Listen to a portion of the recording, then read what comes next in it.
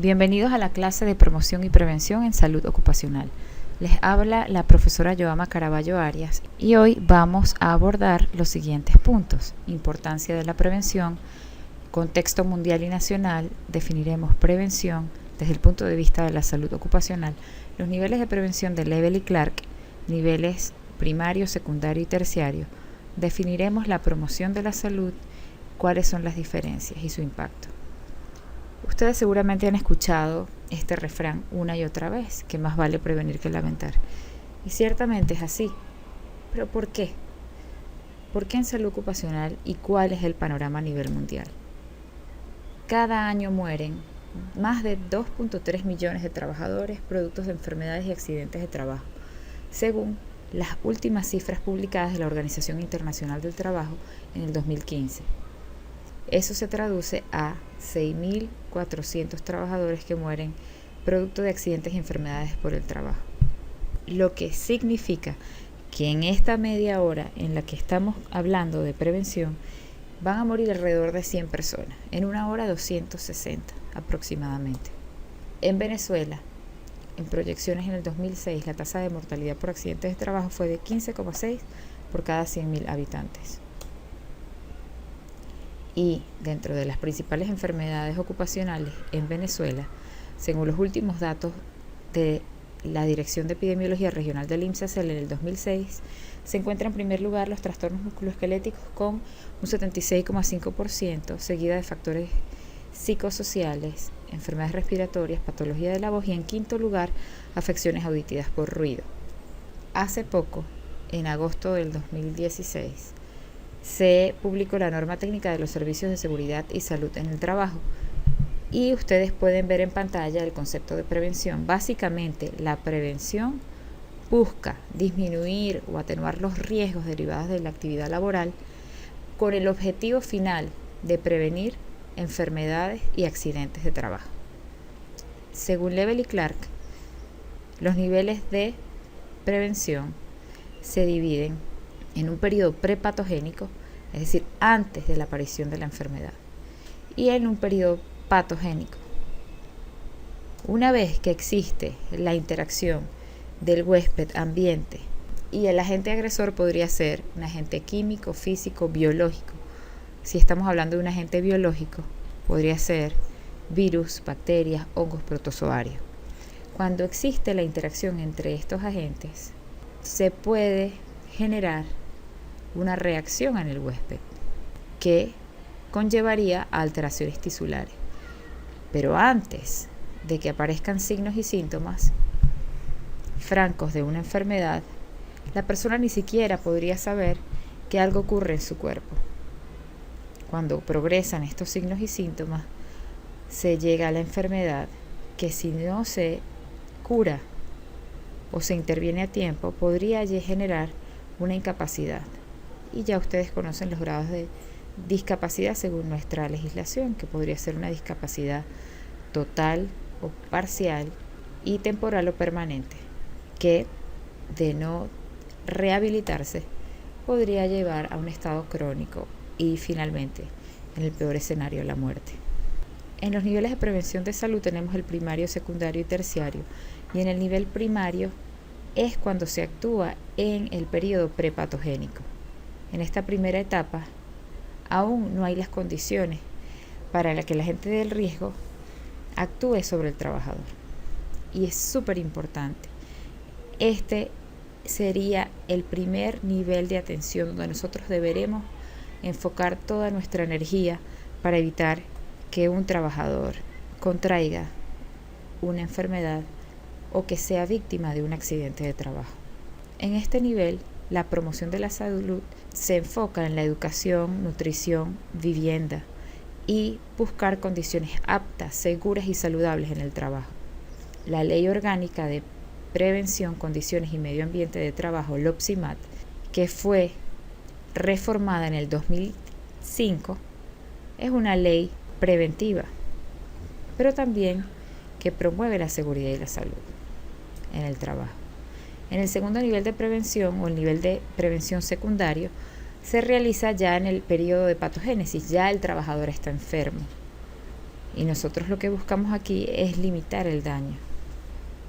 En el tercer nivel, la afección ya alcanzó toda su evolución y se ha establecido completamente. Cuando ya hay efectos, lo que nosotros buscamos en este nivel es intervenir y actuar sobre las secuelas para impedir que haya una discapacidad severa en el trabajador. Dentro de los elementos para la prevención médica tenemos que podemos interactuar o intervenir en el proceso de trabajo, en la materia prima, en los productos y subproductos de desecho, puestos de trabajo, en los riesgos ocupacionales por puestos de trabajo y verificar cómo es la morbilidad de la empresa para nosotros detectar precozmente si hay casos centinela de alguna patología. Un elemento clave que debemos recordar en la intervención es iniciar por la fuente, segundo por controles administrativos y de ingeniería y por último equipos de protección personal. Es decir, si tenemos un trabajador expuesto a ruido, en algunas ocasiones vemos empresas donde se le proporciona protectores auditivos, pero lo ideal sería identificar esa fuente, qué está produciendo el ruido, cuánto ruido es, identificar si podemos cambiar la maquinaria, actualizar la tecnología, reparar algo para atenuar el ruido. Si no podemos hacerlo, vamos al siguiente nivel, que son los controles administrativos y de ingeniería. ¿Qué significa esto? Si no pudimos reparar la fuente, podemos hacer que la persona, en lugar de trabajar 8 horas en esa área, podría hacer unos turnos con una menor duración y rotarla, que en la tarde o en la mañana haga otras tareas. Esto podría ir acompañado de controles de ingeniería, como por ejemplo, aislar la fuente de ruido, aislar el área donde la persona va a trabajar. Utilizar, como ustedes alguna vez recordarán, en los estudios de música que utilizan paredes con alguna sustancia aislante o algún elemento aislante para evitar que las personas que estén fuera estén expuestas también a ese ruido. Y por último, equipos de protección personal. Dentro de los programas de prevención médica ocupacional existen una forma de clasificarlos como los de prevención individual y colectiva, siempre utilizando la premisa de intervención, primero la fuente, segundo controles de ingeniería y administrativos y por último equipos de protección personal. Dentro de los exámenes médicos ocupacionales, en un programa de prevención se encuentran los exámenes preempleo de ingreso, prevacacional, postvacacional, egresos y especiales, esto según el reglamento parcial de la LOPSIMAT. En los programas de prevención colectiva utilizamos estrategias como educación para la salud, promoción y prevención colectiva, participación del médico ocupacional como parte del equipo multidisciplinario de los servicios de seguridad y salud en el trabajo. Aquí podemos ver un ejemplo de un programa de prevención en riesgos biológicos. La prevención primaria sería la protección específica. Por ejemplo, el personal de salud se vacuna contra hepatitis B. En el caso del brote de difteria que recientemente existe en el país, se le está dando prioridad al personal de salud para inmunizarlos. Generar programas específicos, en este caso, como los programas del Proyecto Pinchazo, que existe avalado por la OMS y por la NIOSH, que es un programa donde busca concientizar a los trabajadores de la salud de los riesgos a los cuales están expuestos. Se les enseña sobre el uso de guantes, de cómo utilizar los elementos punzocortantes y penetrantes para evitar accidentes y acciones y medidas específicas. Dentro de la prevención secundaria estaría el diagnóstico precoz y tratamiento oportuno.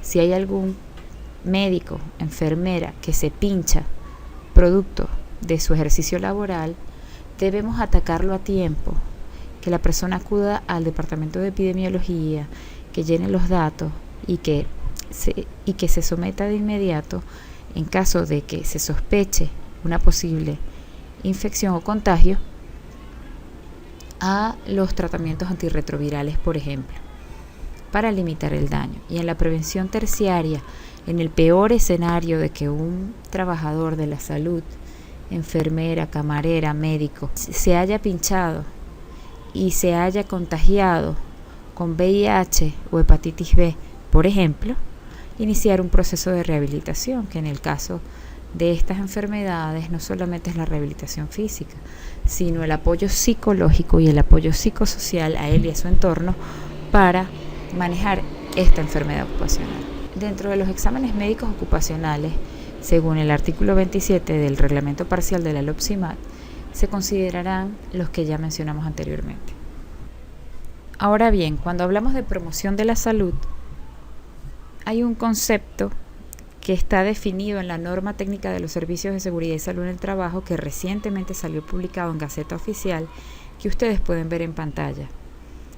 Pero, en resumidas palabras, la promoción de la salud se refiere a buscar estados de bienestar, a promover actividades saludables, actividades incluso recreativas, para alcanzar el bienestar físico, mental y social, que es el concepto un poco utópico de la Organización Mundial de la Salud. Hay algunos ejemplos de promoción de la salud y bienestar en el trabajo publicados por la OIT o publicados por la OMS, como la prevención de estrés en el trabajo, y hay una lista de comprobación ergonómica para buscar básicamente el confort. La OIT, u Organización Internacional del Trabajo, define los programas de promoción de la salud y el bienestar en el trabajo como aquellos centrados en la promoción de la salud entre todos los trabajadores y su familia. Fíjense que aquí se toma en cuenta el entorno familiar del trabajador a través de programas de prevención y asistencia en ámbitos de estrés, violencia en el trabajo, consumo excesivo de alcohol y drogas y la promoción de lugares libres de tabaco. Dentro de algunos ejemplos de los programas de prevención y promoción estarían los programas de prevención de trastornos musculoesqueléticos, programas de pausa activa, de conservación auditiva, de prevención y control de riesgo químico, entre otros. Aquí hay algunas diferencias conceptuales entre promoción y prevención según el diccionario de la Real Academia. Entonces, para dejar claro la diferencia entre prevención y promoción, la prevención en salud ocupacional busca limitar el daño, atacar el riesgo, en función siempre de disminuir la aparición de enfermedades ocupacionales o eliminar la aparición de enfermedades relacionadas con el trabajo, al igual que los accidentes de trabajo. Y la promoción en salud ocupacional siempre va a impulsar el bienestar. ¿Con qué herramienta contamos los médicos ocupacionales? Realmente tenemos muchas herramientas, pero la historia clínica es una de ellas y la más importante para el diagnóstico de algún padecimiento laboral. Dentro de los exámenes periódicos está las audiometrías, espirometrías, optometrías, evaluaciones del aparato osteomuscular y el monitoreo biológico. Y en el examen preempleo, el objetivo fundamental es determinar si el trabajador se encuentra en capacidad para cumplir con las demandas del oficio. Y es importante que tengamos en cuenta que el examen preempleo no es discriminatorio. Si existe alguna condición que podría agravarse con el trabajo, debemos adecuar las condiciones para que este trabajador pueda ingresar a una vida laboral sin deteriorar más su estado de salud. Hay algunas pruebas prohibidas en Venezuela, como la prueba de anticuerpos contra el VIH, siempre que se haga sin el consentimiento libre, expreso y manifiesto de la persona. Las pruebas de embarazo, que han sido controversiales, también están prohibidas cuando son discriminatorias. No obstante, hay algunos trabajos que requieren conocer si la trabajadora se encuentra en estado de gravidez para proteger al feto. Por ejemplo, las que trabajarían en un servicio de radiología expuestas a radiaciones ionizantes que podrían afectar el producto de la gestación. Los exámenes post-empleo, egreso o retiro tienen la misma importancia que un examen preempleo. En este debemos garantizar y detectar si el trabajador egresa con alguna patología relacionada con el trabajo, a fin de informarle, dar recomendaciones y limitar el daño. ¿Cuáles son los costos por la falta de prevención y promoción? La Organización Internacional del Trabajo tiene estudios que develan los costos directos e indirectos. Los directos, como el dolor y padecimiento de la lesión o la enfermedad, pérdida de ingresos, posible pérdida de un empleo, el costo psicológico que genera para esta persona, porque no existe enfermedad física que no tenga consecuencias psicológicas, ni existe enfermedad psicológica que no tenga consecuencias físicas. Y finalmente los costos que acarrea la atención médica en un contexto como el venezolano, donde es tan difícil conseguir una atención óptima, no solo por los insumos médicos, por los medicamentos, sino incluso hasta por la tecnología que se ha visto afectada. En cuanto a los costos indirectos de un accidente o enfermedad, la OIT dice que podrían ser 4 a 10 veces mayores que sus costos directos o incluso más.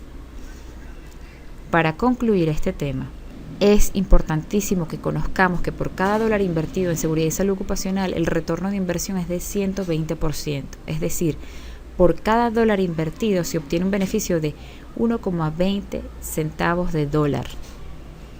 Y el objetivo final de la promoción y prevención es que no existan enfermedades ocupacionales ni accidentes de trabajo y promover el bienestar laboral. Aquí vemos algunas imágenes de Google, una empresa famosísima por contar con condiciones bien divertidas y agradables en el trabajo. Hay literatura basada en la evidencia que demuestra los beneficios de la inversión en promoción y prevención en salud ocupacional. Muchos artículos, aquí algunos que ustedes pueden ver en pantalla, donde habla de los programas de bienestar y el retorno que esto genera en ahorros que por trabajadores que no se enferman, trabajadores más productivos, más contentos. Aquí hay una revisión sistemática de la literatura en trabajos de promoción de la salud.